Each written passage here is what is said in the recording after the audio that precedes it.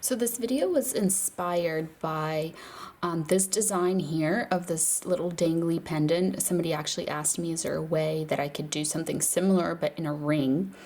And I had already done kind of a similar way to secure the stone, but in a bracelet. So I know the stone's different, so these like don't match, but I have a bracelet, a little pendant, and then I've been brainstorming and I came up with idea for a ring, and then I figured out that the ring actually can turn into a pendant. So I'm going to show you both ways in this video, and I'm going to use the same little stone just like this one. So this is the ring that we're going to be making. And then you can turn it into a pendant just like this. So if you want to see how to do that, just keep watching. So for my wire, I'm going to use some 19 gauge copper. This doesn't have the gauge, it has it in millimeters, but it's square copper. You can use round or square. I really like square. It can be a little easier to work with in certain instances, but round will work good as well. I just have a lot of options in square because it's primarily what I use. And you just need a little piece. Of course, it depends on the size ring that you're making and the size of your stone. So, oh, wrong end.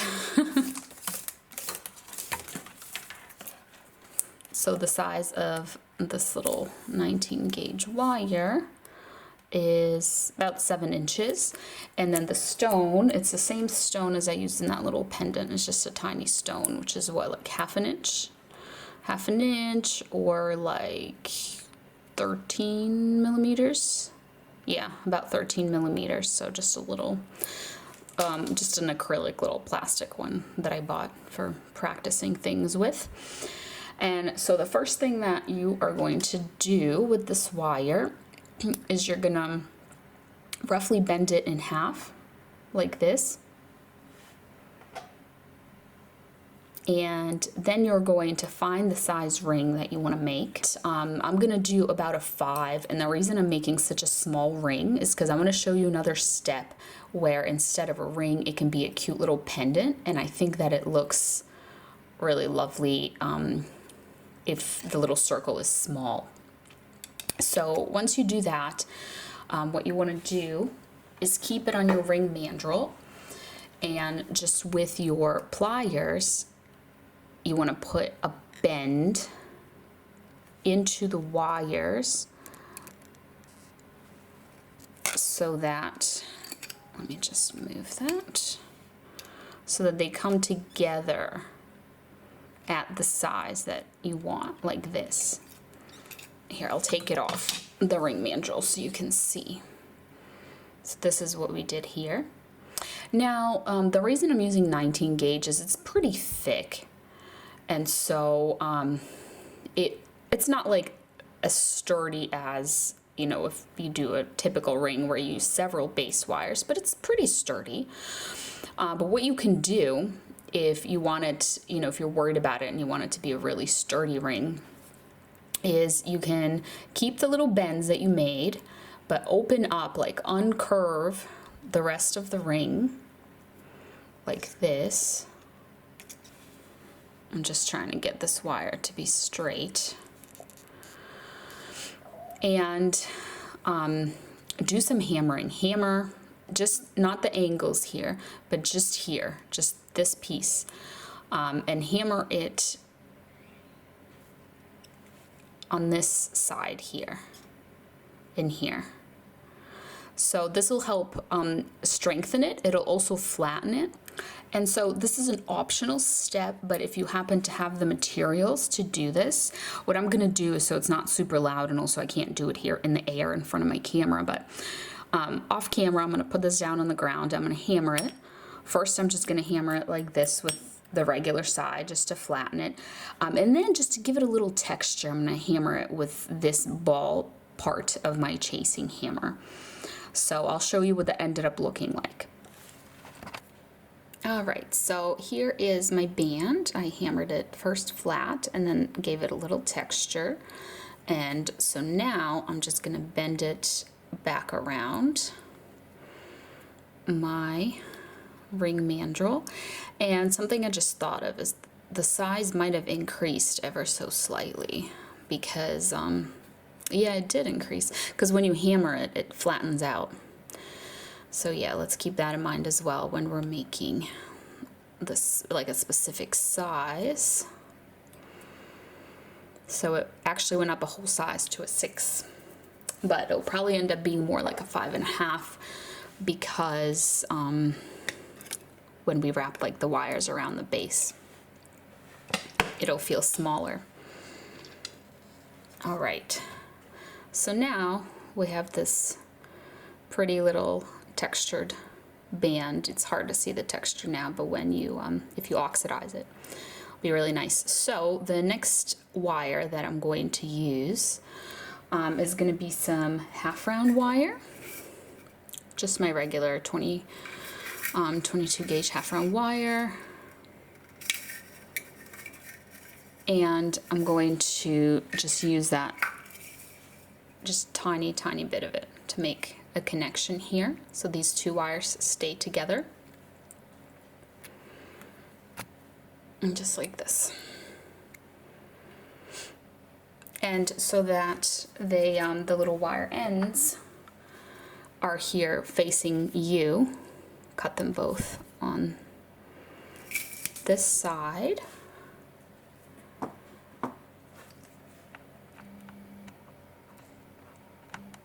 And then just squish it down like this.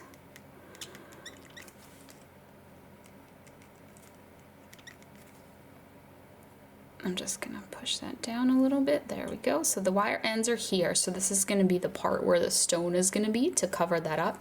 Now you're gonna hold it right here where it starts, and you're gonna push on it this way. So here's the result. The wire ends are here. Okay, so now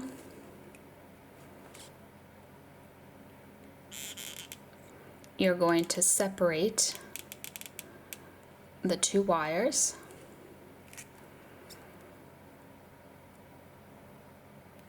And I'm going to take my little round stone here.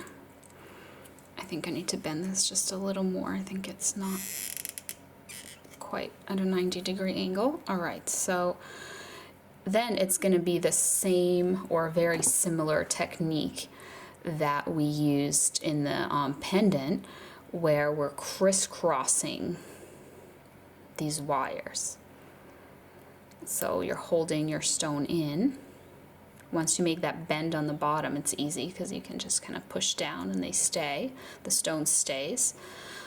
And then we're gonna bring them like this here at the top. So here's what that looks like. Very similar to the pendant. So now, what's left to do is to take these wires and bring them inside of the ring.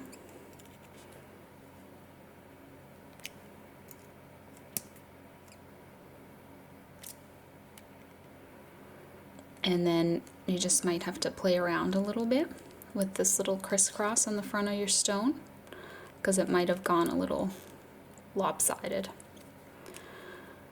like mine did here. All right. So you want to just get it all nice and centered and perfect looking.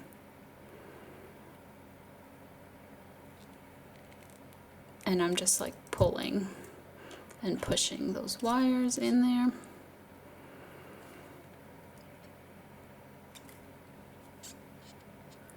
All right, that looks good. That looks pretty centered, yes.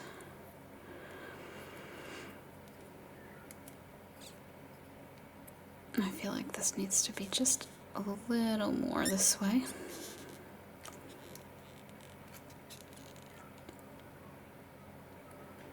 All right, and then with these little wires, what we're gonna do is we're gonna kind of pull and bend them like that. So here, I'll show you this one from this view, this angle.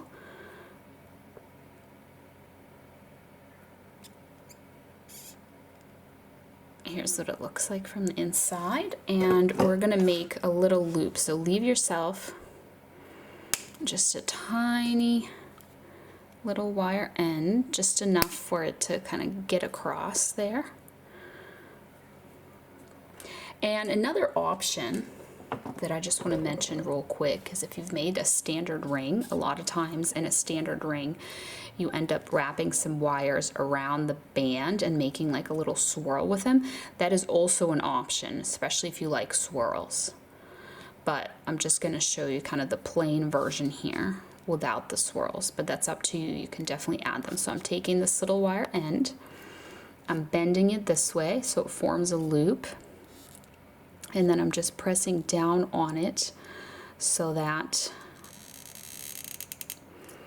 it closes up the loop and the wire end is not sticking up, it's not exposed. So I'm just doing the same thing here on this other side, and I'll measure what size ring this ended up being after all that. But see how these wires are kind of getting in here on the band and they're making the ring size smaller.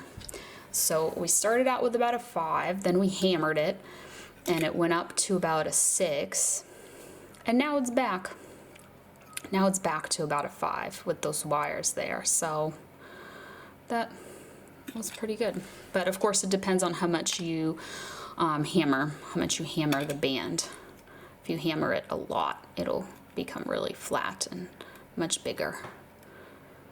All right, sorry, I just wanted to bend it a little more. So I just want to show you what that ring looks like before I turn it into a pendant. So here's what this looks like. And if you didn't want to turn it into a pendant, you could make a pendant from my other video like this, and they match really nicely. But if you did want to turn it into a pendant, I'm going to show you how to do that in a really easy step. And I would recommend not hammering the band if you're going to turn it into a pendant, because hammering the band is really to make it a beautiful ring band. And it's really not necessary for a pendant, because you're not even going to see that beautiful hammering here from the front. Not as much as you are on the side, but all you do is you just take it and you just push on the band and the stone, bringing up the band like this. So you could make it even smaller. You can make it like a really small, like size 3 ring, and then you'll have a smaller circle here up top, which you may or may not like. Maybe you like the big circle. It's totally up to you. But this is a pendant, and I'm going to show you how you would put that on a cord necklace. So you would do what is called a lark's knot, and you'd put, you take your cord necklace, you'd bend it in half, you put it through, and then through this little loop, you want to grab the rest of your cord necklace and pull it through, and it makes this little knot, this little lark's knot. And then when you wear it, it looks like this, which is kind of a cool little pendant design. So that is your ring slash pendant option with this crisscrossy design. I hope you enjoyed. I hope you found this helpful. Here's what the back ended up looking like after we pulled it down. So that's it. Thank you so much for watching, and I'll see you next time. Bye.